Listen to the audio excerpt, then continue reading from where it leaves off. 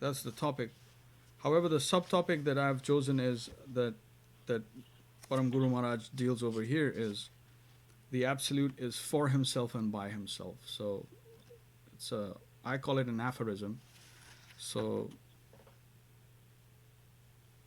let's read, if you permit. We'll start with Srila Śrīdhar Maharaj. He's having a conversation with a student, and then the whole exchange is recorded. Srila Śrīdhar Maharaj, what subjects are you studying? Student, philosophy and religion. Śrīdhar Maharaj, in which university? Student, San Francisco State. Srila Śrīdhar Maharaj, you are a student of religion and philosophy. Have you studied Hegel? Hegel's philosophy is sometimes described as panentheism. Panentheism proposes that God is present in all things, but in contrast to pantheism, it affirms that God is also an independent being above and beyond all things. Hegel is known for perfectionism. He says that the nature of the absolute is both conditioned and unconditioned combined. The truth develops through thesis, antithesis, and synthesis. And by this method, everything progresses. According to Hegel, the absolute is by itself and for itself. And he also used the German equivalent of the expression die to live. These were his chosen expressions. Such expressions are very useful for those in the theistic line. If you want to live a progressive life, you will have to die as you are. Your ego must be dissolved, and then the real inner or finer self will come out. This is a good philosophy to have appeared amongst the Westerners. The concept of die to live comes in the line of Vaishnavism. Hegel has also said that the absolute is by himself and for himself. For himself means that the absolute truth is the supreme enjoyer. In the Bhagavad Gita, Krishna says, Aham hi sarvajagyanam bhokta cha prabhurev cha na tumam avijananti tatyanatash chavantite. This is the most vital point to establish God as a person. He is the enjoyer. If anything is enjoyed, the enjoyer will hold the supreme position. This cannot but be.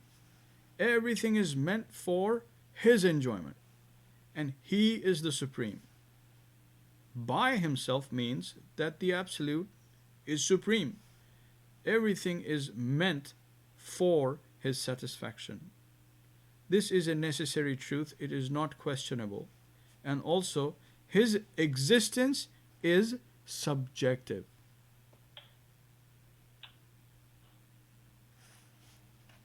No object can exist without a subject. No thing can exist without a thinker. There must be a thinker. For example, what is a fossil? As we examine it, we observe color and the hardness of the stone, but these qualities are simply thoughts within us. A thinking stage. What is color? A concept within our consciousness. So any kind of existence presupposes a subject or consciousness. This is the crux of the argument. No object can exist without a subject. And no object can exist without and no subject can exist without an object. There is the thinker and the thought. If there is a thinker, he must be thinking something, so an object is there. And if there is an object, then whatever attribute it has must be reflected in the consciousness of a subject. Otherwise, no existence is possible. कितनी सटीक बात कही, so accurate and precise, Prabhuji. I mean, one should really start meditating from here. All the scientists should really start from here. Students in school need to really start from here. I cannot but agree. Chinmay Prabhu, one thing is, your lighting today is exceptional.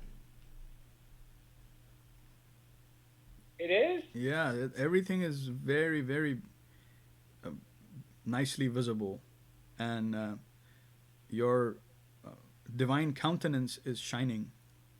I thought that was the lamp, but okay. Well, you are our lamp. Back to Param Guru Maharaj. Student, yes, it is very clear. Śrīdhar Mahārāj. These are all Hegel's original conceptions. His contributions to philosophy. He was a very important philosopher, and for a Western thinker, his philosophy was very near to that of the Eastern thinkers. In many respects, Hegel's philosophy is very close to Ramanuja's philosophy. Of course, there are many important Western philosophers. Kant. Kant's philosophy is very influential. Are you familiar with Kant? Student, yes.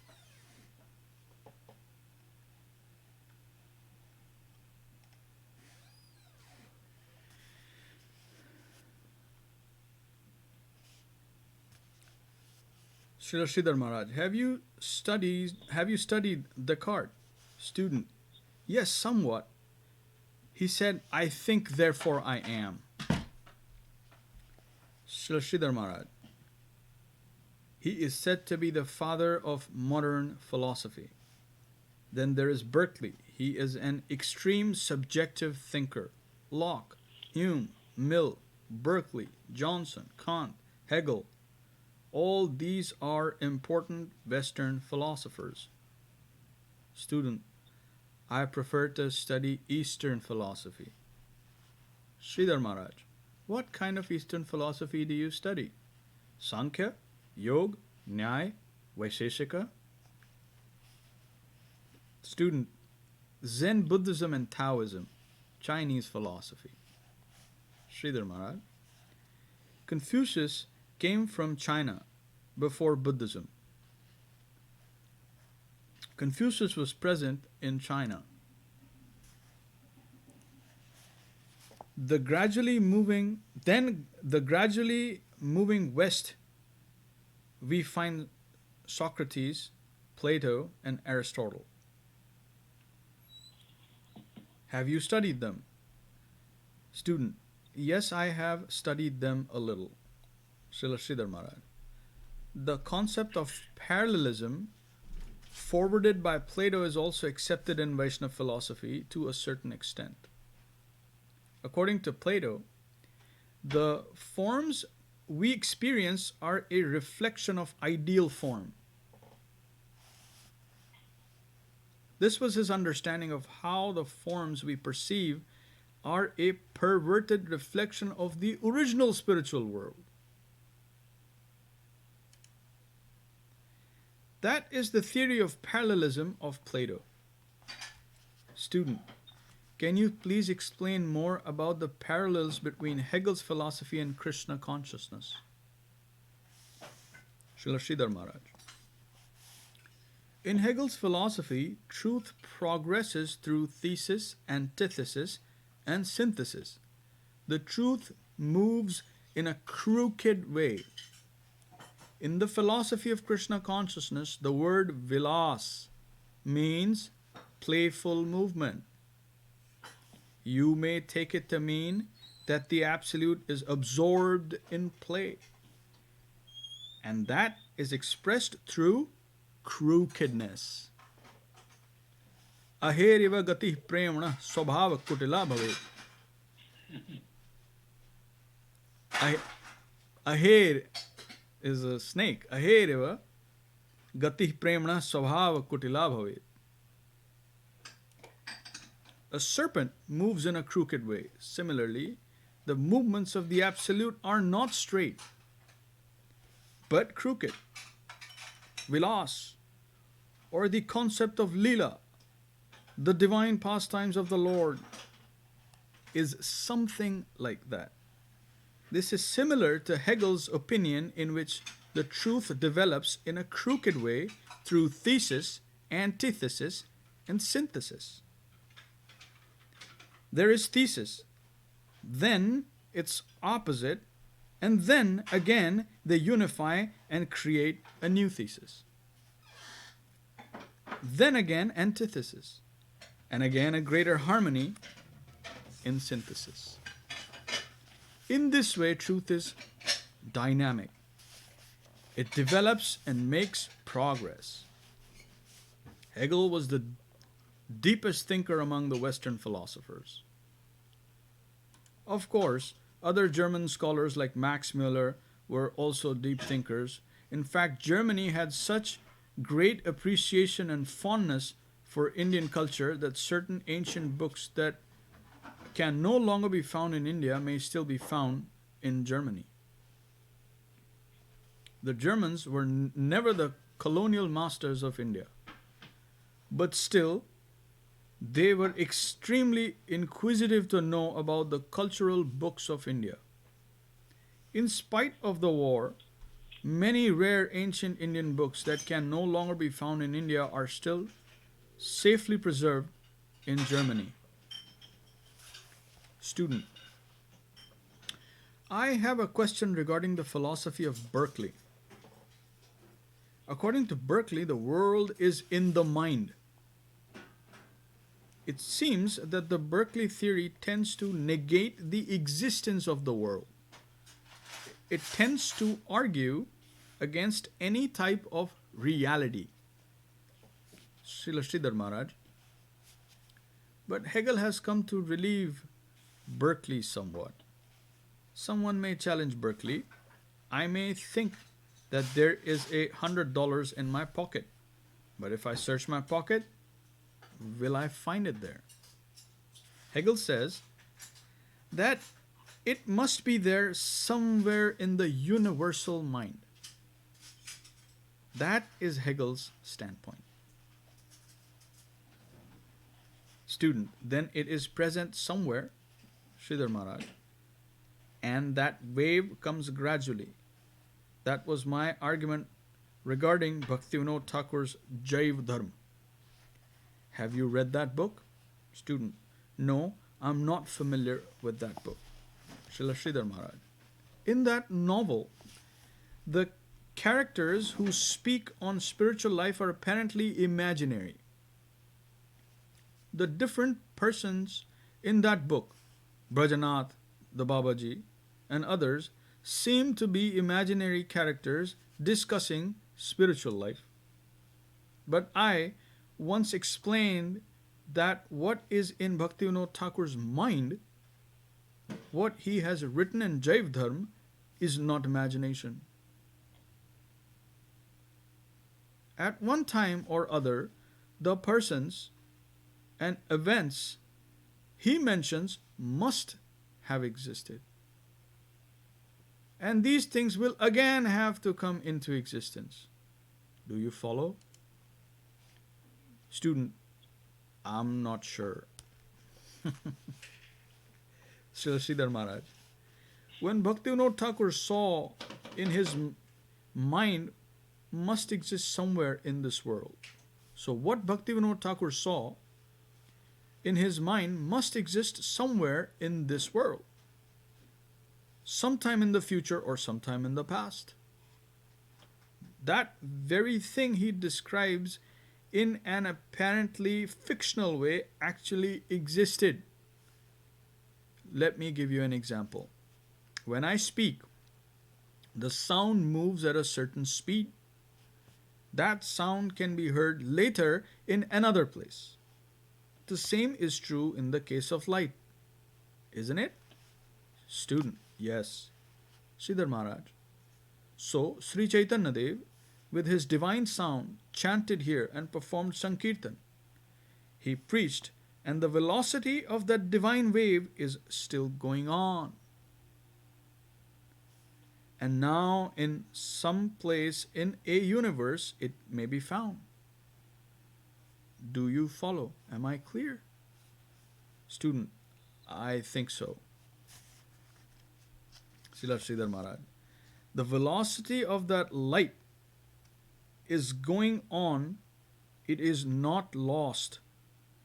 In the same way, the sounds I am now pronouncing are not lost. They are traveling for some distance through time and space.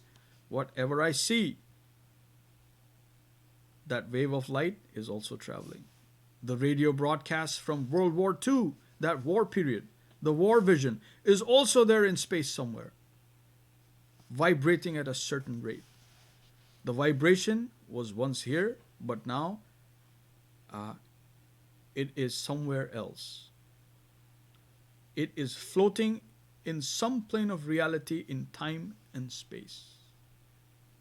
If I throw a flower into the waters of the Ganges, then it is carried away by the current.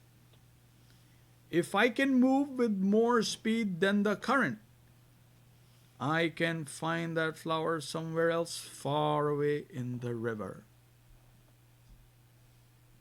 So the velocity of light, eyesight velocity, moves 186,000 miles in a second. If it is possible to move faster than the speed of light, then we can overtake the wave of visual events and are carried by that light. It is possible. Hare Krishna. Arun Prabhu, and take a pause here, please. I know you're super excited, but some comments or some reflection here. Please help us.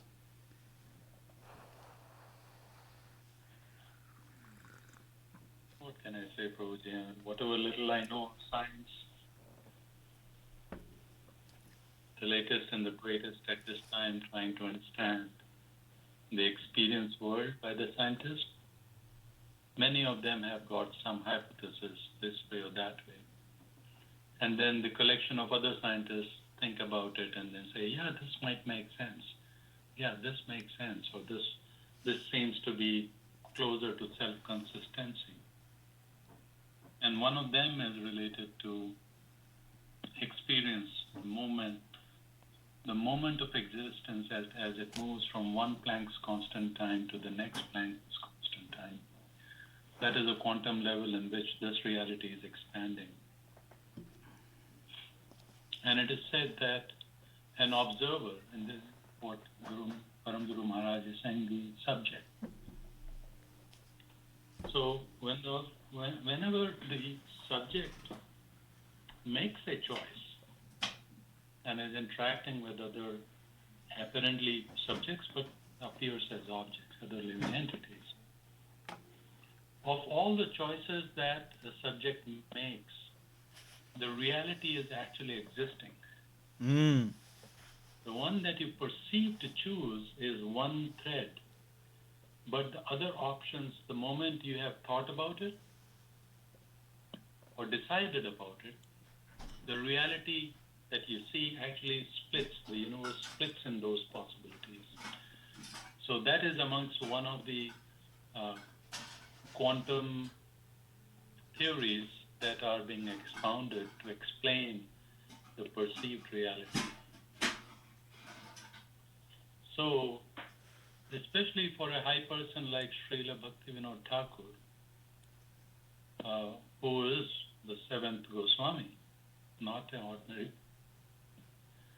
What he thinks or what he chooses to put in that novel, the very idea that has come into his Chetana, consciousness, as per this stream of quantum mechanics has existed. You may not perceive it, there are others who will perceive it. So, very, very true. And then some of the initial scientists may say, oh, I am a scientist now.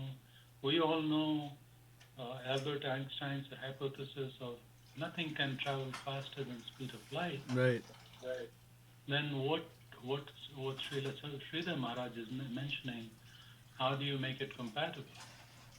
And how you make it compatible is really advance to the next step of science, which is all the permutation combinations. Even if you think that this matter is what is evolving, and even if you think there is no consciousness, as a scientist, the very fact that all the variegatedness that you have, going through Planck's constant time by Planck's constant time, as the universe has manifested from Big Bang, all possibilities, wherever the electrons are, wherever they are going, wherever the atoms is, wherever the sun is formed, the root of all that is the initial spandan, the initial disturbance in consciousness at the time of Big Bang.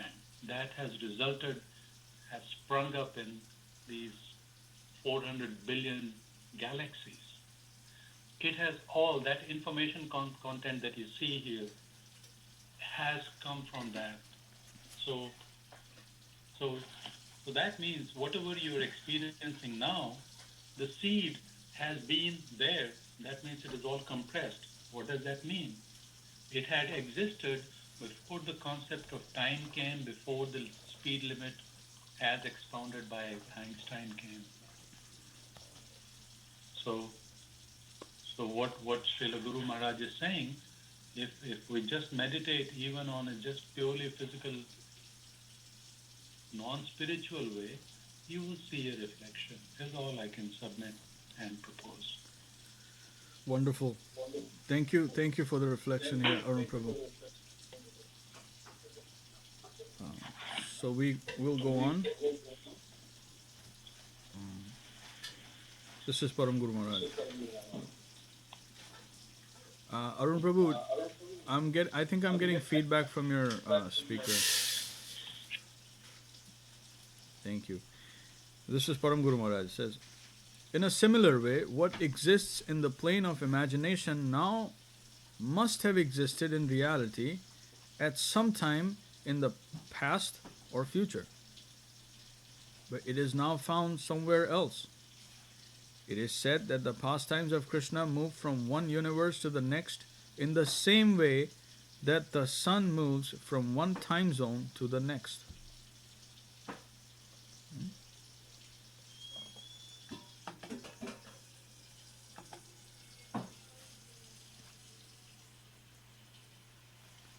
Now morning is here. 5 minutes from now, sunrise, and morning will take place somewhere else. Right? In this way, it is always sunrise somewhere. Here or there, the rising sun is to be found somewhere on earth. If we can move at the speed of the sun, then for us it will always be sunrise.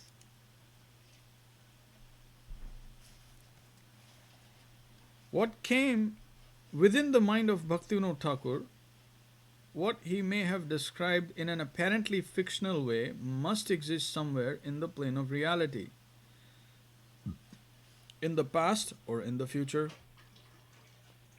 it is reality, not imagination. Everything is real. It is not imagination. What I see in my dreams is now false. But in some former lifetime, in my past, I experienced that reality. I had that sort of vision, and that has come to me now as a dream. it was a fact, and only now it is a dream. What is in the mind may be abstract to us, but in the universal mind, everything is concrete. Whatever exists within the plane of imagination must be and can be traced somewhere.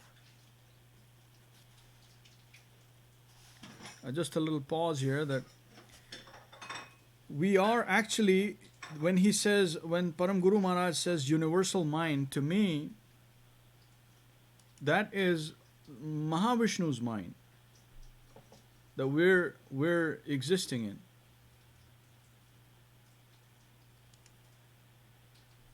And so that universal mind reminds me of Mahavishnu. As he's reclining on the causal ocean in Yoga Nidra, and in that state he has created this whole creation, and we're in it.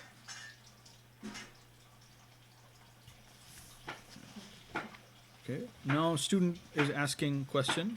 Although everything is in one sense in the mind, still when I feel hot and I find that others also feel hot, I conclude that it is hot. It seems that according to Berkeley, this is just going on in my mind. Śrīla Śrīdhar Mahārāj, you have to understand the fundamental truth that what is hot to you may be a cold environment for some other organism. It is a question of degree. Our experience of coldness and heat depends on our degree of tolerance. What is cool to us may be hot to another. In this way, we have to adjust with the idea of reality. What is hot to me may be cool to another. Reality is one thing for human beings, it is something else entirely for insects, worms, and other organisms. What is bright to us is dark to another. What is bright to an owl is dark to us. Do you follow? Student, yes. Śrīla Śrīdhar Mahārāj, creation is of a variegated nature. The experience of our eyes and ears is different from the experience of others whose senses are different from ours.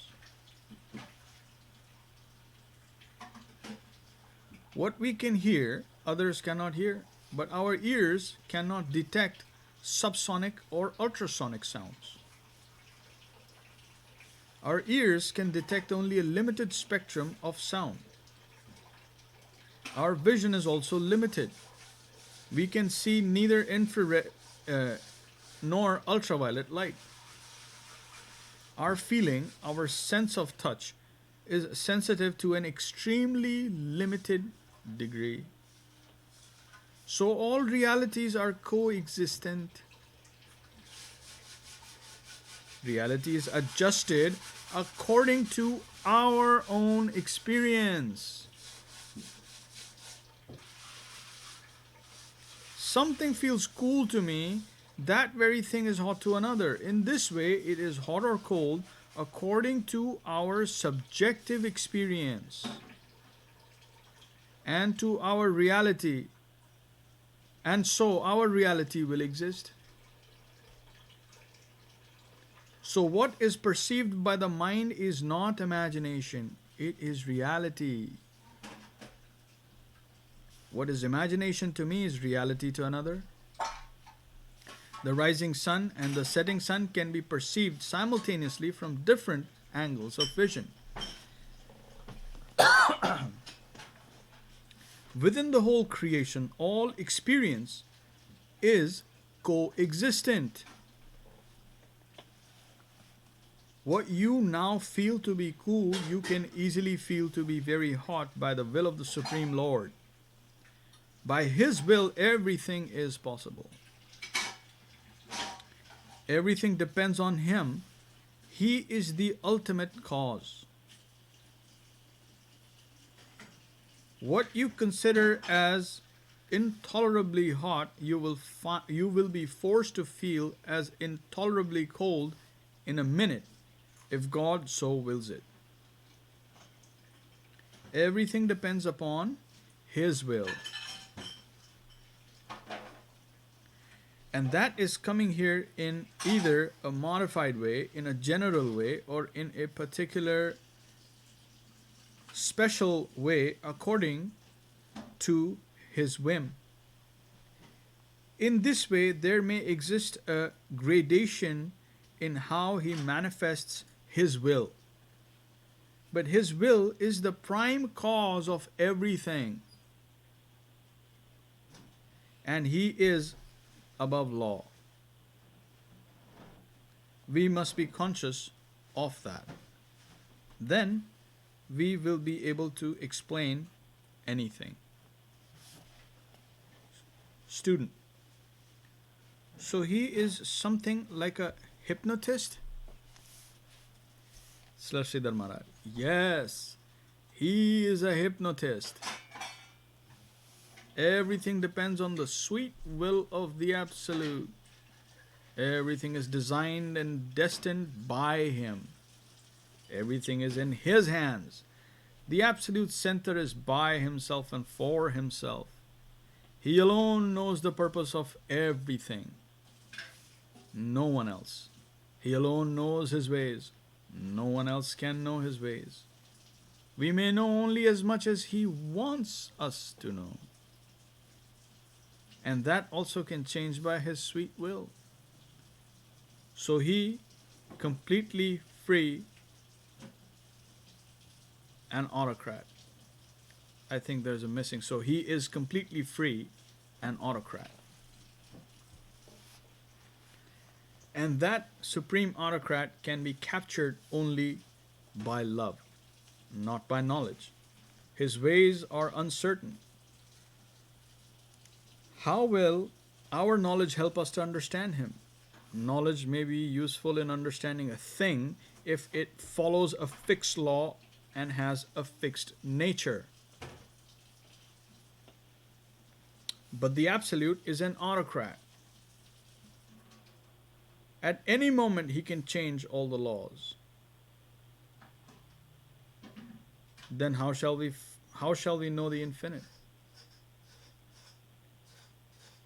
In trying to understand the absolute truth, all our previous experience becomes null and void.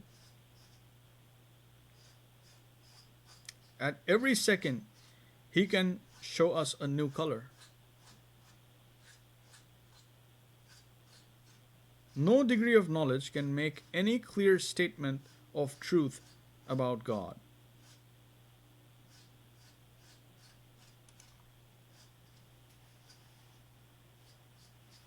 Knowledge is futile in regard to the infinite. First He is moving in one way, then another. On what basis will we make our calculation? His position is always changing by His sweet will. His heart can be captured only by surrender. Through surrender alone we may please Him. And if He likes, He may make Himself known to us. But even then, we may only know that portion of His personality, only that much about Him that He cares to reveal to us. The designer of reality is an autocrat. He is above law. We must consider this carefully. He who is designing this universe is above law. He is not under the jurisdiction of any law. He does not have any fixed nature. At any time He may change His position according to His sweet will.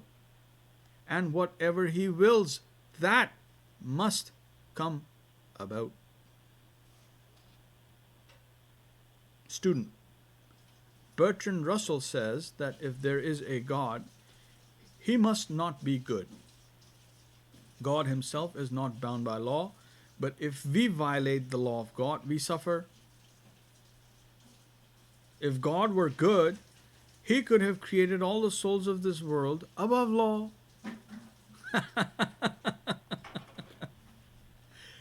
Very convenient. Namaskar, Preeti ji. So Bertrand Russell decides how he is bigger than God. Well, Russell says, well, why does he have this thing of being above law? I mean, he wants to be above law too. He should be able to do what he wants. I think it's fair to ask, like, why am I under jurisdiction of the law, whereas he gets to do anything he wants? So this is envy is seated in his question. So this is Śrīla Śrīdhar Mahārāj. He's responding.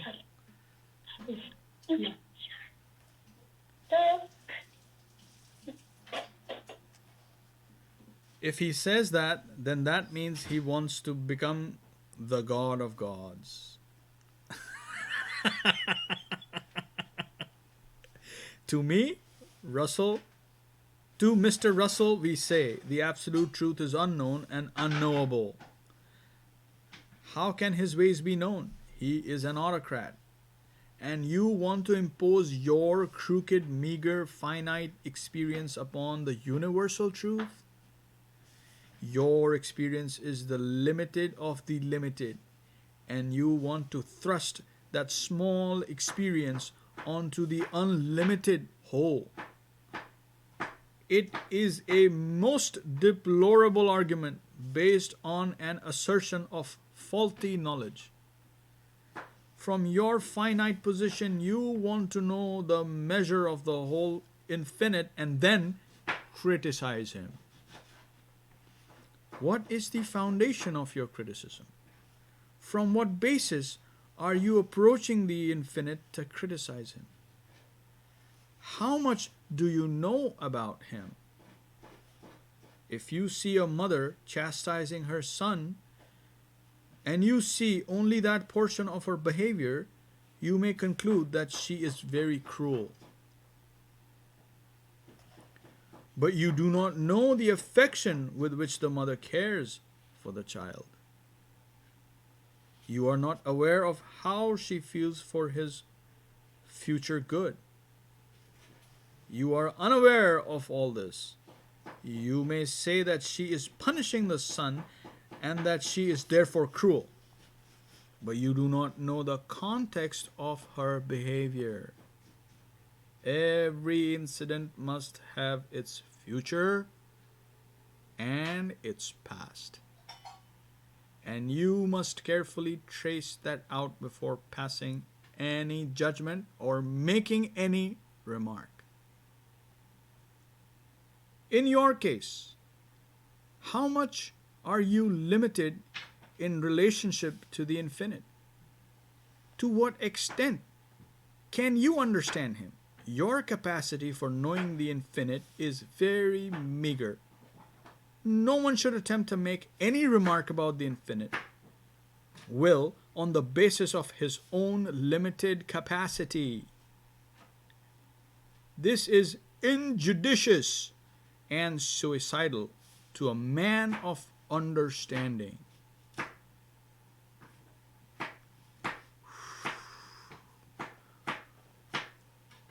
Mr. Russell must be trembling. Hare Krishna. Back to student. So the student is asking, I have heard it said that according to Vedic ontology, the soul is marginal. Do the jiva souls in the marginal or tatastha position have knowledge that there is an upper and a lower world? And that there is suffering in the material world and divine service in the spiritual world? Śrīla Śrīdhar Mahārāj. A Jiva soul has adaptability of both sides. Marginal means endowed with adaptability towards both the spiritual and material worlds without participation or any experience of either.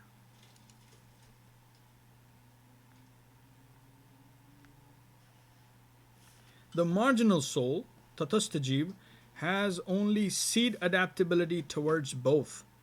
He is situated in the margin between the spiritual and material worlds. And the margin strictly means that one is in a position to analyze adaptability.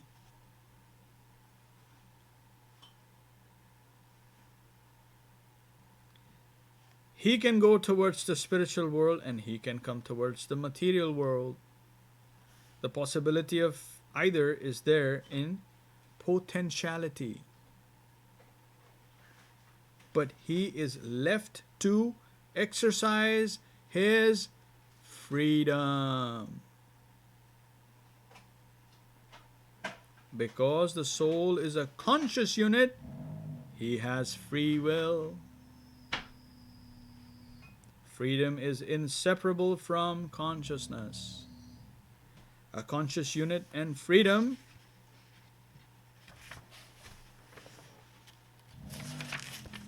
are one and the same. Conscious atom means endowed with freedom. Without freedom, it is matter. Student, the soul has freedom, but does it have knowledge of the different aspects of reality?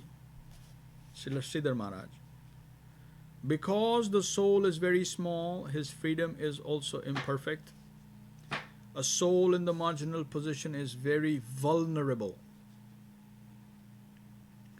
Freedom does not mean absolute freedom, because the soul's existence is small, his freedom is defective. There is the possibility of committing a mistake. Freedom of the minute soul does not mean perfect freedom. Complete freedom would be perfect reality. But the minute soul is endowed with the smallest atomic freedom. This is the position of the atoms of consciousness. And this is why they are vulnerable. They may judge properly or improperly. That is the position of those who are situated in the marginal position. If the soul were not endowed with the freedom to determine his position, we would have to blame God for our suffering. But we cannot blame God. The starting point of the soul's suffering is within him.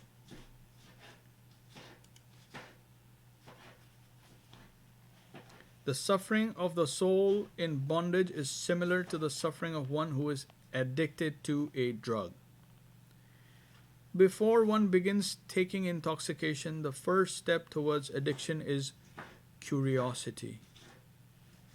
Then after one has taken intoxication for a certain amount of time, he cannot do without intoxication.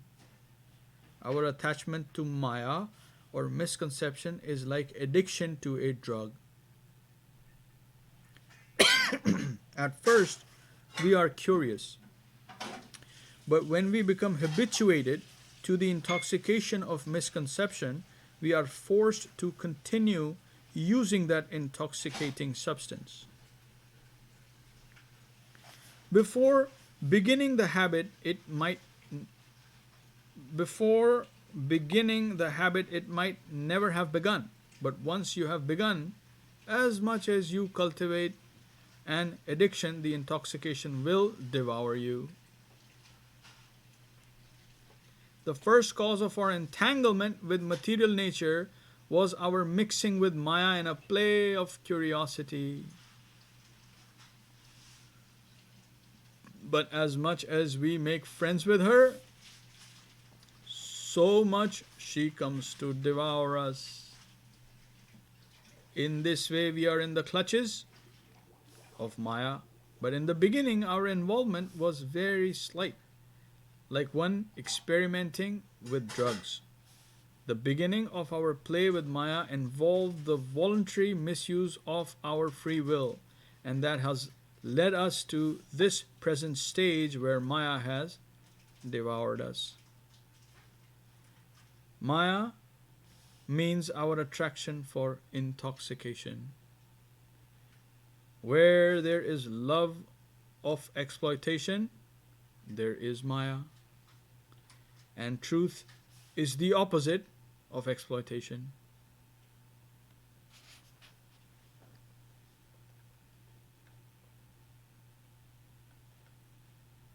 Thank you.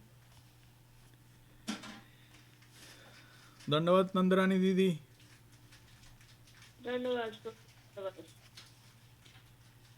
Back to Param Guru Maharaj. And truth is the opposite of exploitation. Truth is found in dedicating everything for the center, for Krishna.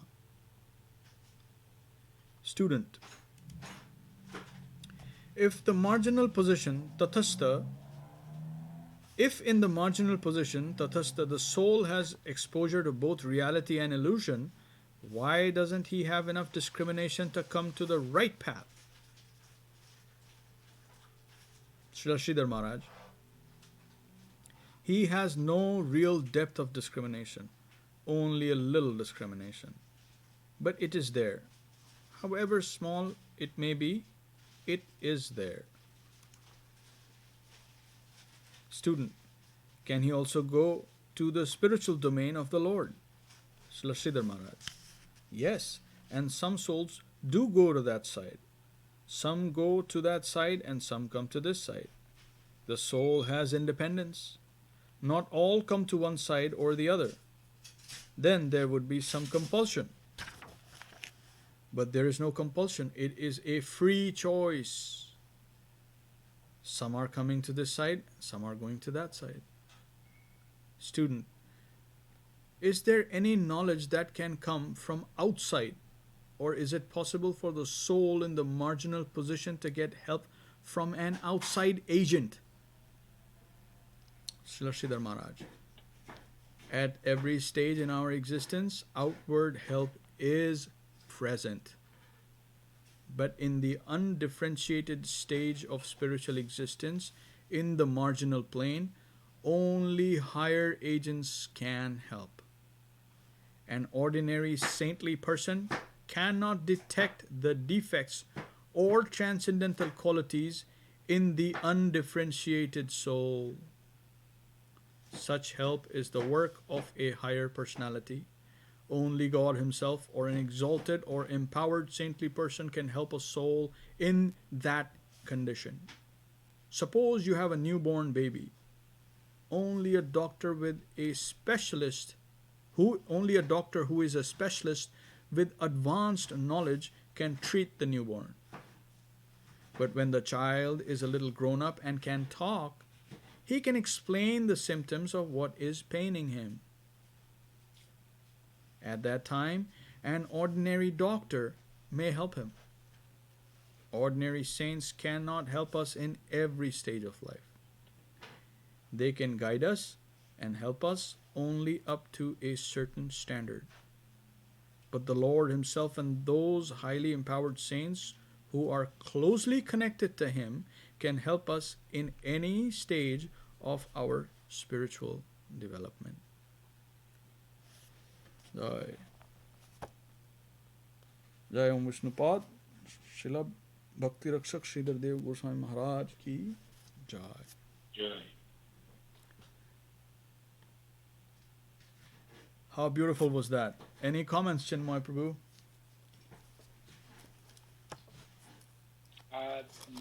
Not so much. I mean, the Sugar Maharaj is so clear with his analogies, metaphors, to explain something that is really beyond our understanding. I understand why now the his god brothers came to him asking for explanations when Sri Saraswati Thakur spoke, because there's nothing that can be as clear as what he's saying.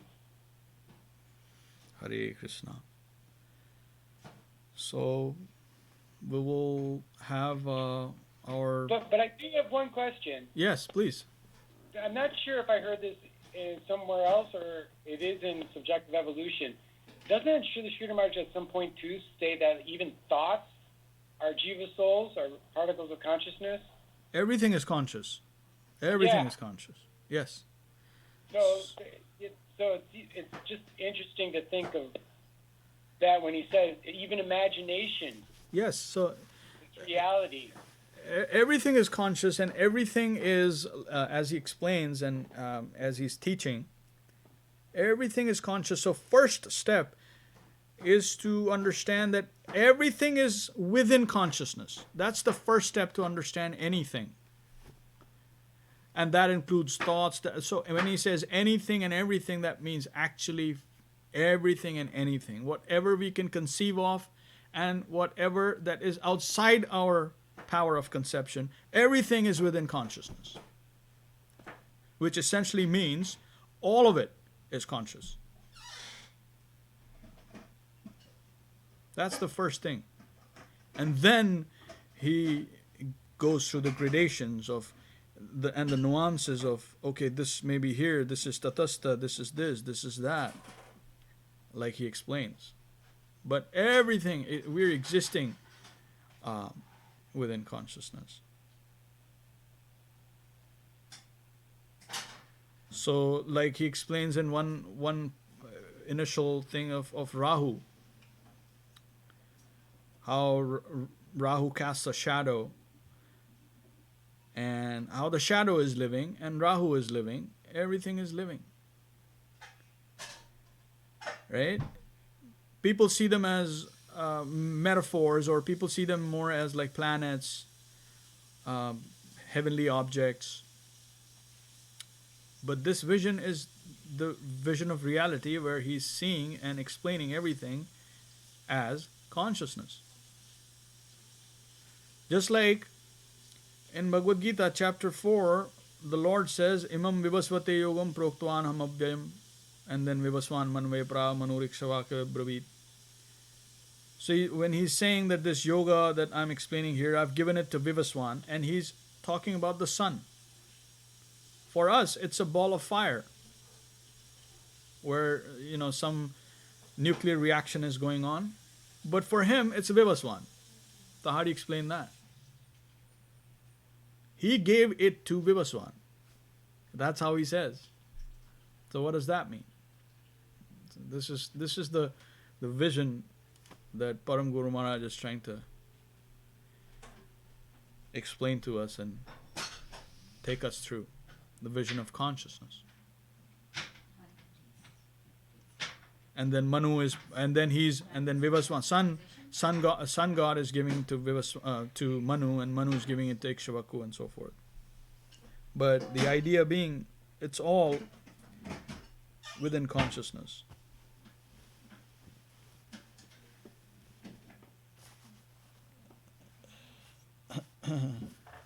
So we'll have Kirtan, and then let me call on the elite Kirtan team. And then Saturday is going to be broadcast by Chinmoy Dev Prabhu. Oh, I'm taking this Saturday off. I won't be available. So Okay. we have a new group night this Saturday, but we'll start again next Saturday. Perfect. So we'll wait for that, because those are just priceless. And now he streams them both simultaneously on Sevashram and Bhagavad Gita Forum. So more people have access to that. So give me a minute as I set it up, please. Bear with me.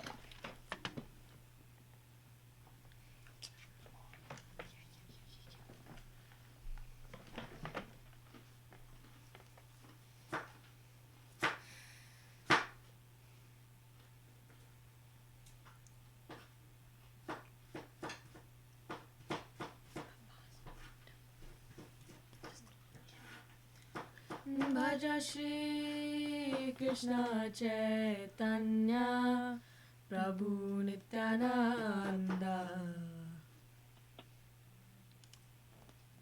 चैतन्य प्रभु नित्यानंद श्री अद्वैता गदाधर शिवसदि गौर भक्तवृंदा श्री अद्वैत गदाधर शिवसदि गौर भक्तवृंदा हरिहराय नमः कृष्णाय यादवाय नमः हरिहराय नमः कृष्ण यादवाय नमः यादवाय माधवाय केशवाय नमः यादवाय माधवाय केशवाय नमः गोपाल गोविंद राम श्री मधुसूदन गोपाल गोविंद राम श्री मधुसूदन गिरिधारी गोपीनाथ मदन मोहन गिरिधारी गोपीनाथ मदन मोहन श्री चैतन्य नित्यानंद श्री अद्वैता चंद्र श्री चैतन्य नित्यानंद श्री अद्वैता चंद्र गदाधर शिवासदि गौर भक्तवृंदा गदाधर श्रीवासादि गौर भक्तवृंदा जय रूप सनातन भट्ट रघुनाथ जय रूप सनातन भट्ट रघुनाथ श्री जीव गोपाल भट्ट दास रघुनाथ श्री जीव गोपाल भट्ट दास रघुनाथ इच्छाय गोसाई कोरी चरण वंदन हे छाय गोसाई कोरी चरण वंदन जहाँ होते विघ्ननाश अभिष्ट पुराण जहाँ होते विघ्ननाश अभिष्ट पुराण इच्छाय गोसाई जन मुहि दास हे छाय गोसाई जार मोहि तारा दास तसवार पद रेणु मोर पंचग्रास तासबार पद रेणु मोर पंचग्रास तंडेरा चरण से विभक्त सने वास आंधेर चरण से विभक्त सने बास जनम जनम मोरा है अभिलाष जनम जनम मोरा एहि अभिलाष इच्छाय गोसाई जबे ब्रज कोइलाबास हे छाय गोसाई जबे ब्रज कोइलाबास श्री श्री राधा कृष्ण नित्य लीला कोरिला प्रकाश श्री श्री राधा कृष्ण नित्य लीला कोरिल प्रकाश आनंद बोलो हरि भजा वृंदावन आनंद बोलो हरि भज वृंदावन श्री गुरु वैष्णव पदे मजैया मान श्री गुरु वैष्णव पादे माझाई मान श्री गुरु वैष्णव पाद पद्मा कोरियास श्री गुरु वैष्णव पाद पद्म कोरियास हरि नाम संकीर्तन को है नरोत्तम दास हरि नाम संकीर्तन को नरोत्तम दास हरिहराय नमः कृष्णाय यादवाय नमः हरिहराय नमः कृष्ण यादवाय नमः यादवाय माधवाय केशवाय नमः यादवाय माधवाय केशवाय नमः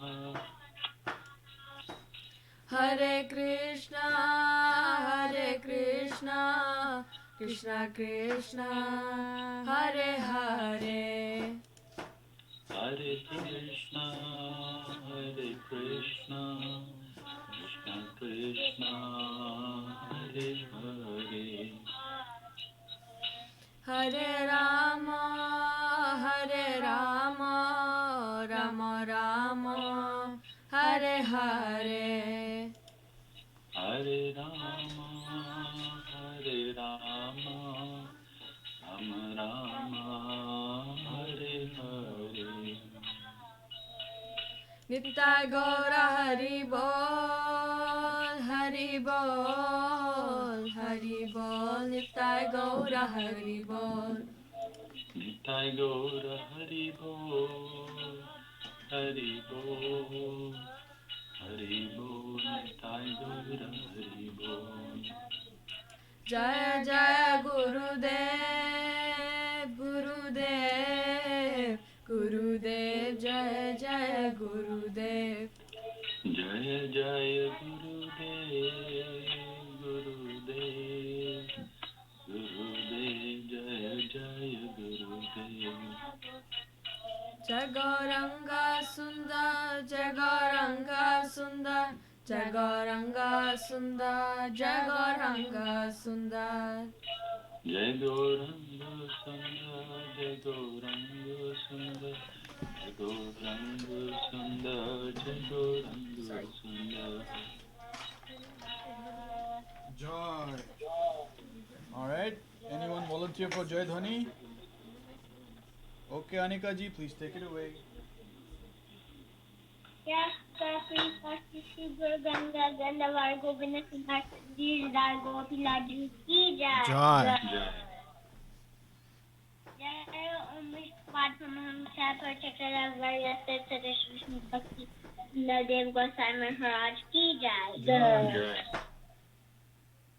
Jai Om Padmam Chapter Chakra Various Traditions Bhakti Dev-Goswāmī Mahārāj Ki Jai. Jai. Jai. Jai Om Padmam Chapter Chakra Various Traditions Bhakti Sanatana Swasti Thakur Ki Jai. Joy. Jai Om Padma Kishore Das Babji Mahārāj Ki Jai. Joy. Jai Om Chachi Anand Bhaktivinoda Thakur Ki Jai. Joy. Jai. Jai Om Padma Das Babji Mahārāj Ki Jai. Joy. Jai. Pipanu Guru Varga Ki Jai. Joy. Jai. Namaskar Śrīla Haridas Thakur Ki Jai. Joy. Jai. Ananta Koti Vaishnava Vrinda Ki Jai. Joy. Jai. Shri Baladeva Vidya Bhushan Ki Jai. Joy. Jai. Śrīla Vishwanath Thakur Guru Ki Jai. Joy. Jai. Sivasana Thakur Ki Jai. Joy. Jai. Śrīla Vrindavan Das Thakur Ki Jai. Joy. Jai. Śrīla Krishna Kavraj Ki Jai. Joy. Jai. Saprasada Shri Nityananda Prabhu Ki Jai. Joy. Jai. Saprasada Shri Mahaprabhu Ki Jai. Joy. Jai. Shri Radha Krishna Gopa Gopinath Ramakunda Radhikunda Girdhar Govardhan Ki Jai. Joy. Shri Lakshmi Varadeva Ki Jai. Joy. Jai. Shri Bhakti Vigna Vinashkar Shri Northama Shama Shri Bhakti Vigna Vinashkar Shri Northama Deva Ki Jai. Joy. Bhakta Paraplad Mahārāj Ki Jai. Joy. Tulsi Maharani Ki Jai. Joy. Jai. Ganga Jamna Ki Jai. Joy. Jai. Vantarajasan Bhagavatam Chaitanya Ki Jai. Joy. Jai. Vishra Vaishnava Rajasabha Ki Jai. Joy. Across Master Chaitanya Mas Ki Jai. Joy. Jai. Yadi Sakamas Ki Jai. Joy. Jai. Shri Chaitanya Saraswati Mas Ki Jai. Joy. Vishwa Pavitat Sakamas Ki Jai. Joy. Siddha Mayapur Ki Jai. Joy. Siddha Madhuri Ki Jai. Joy.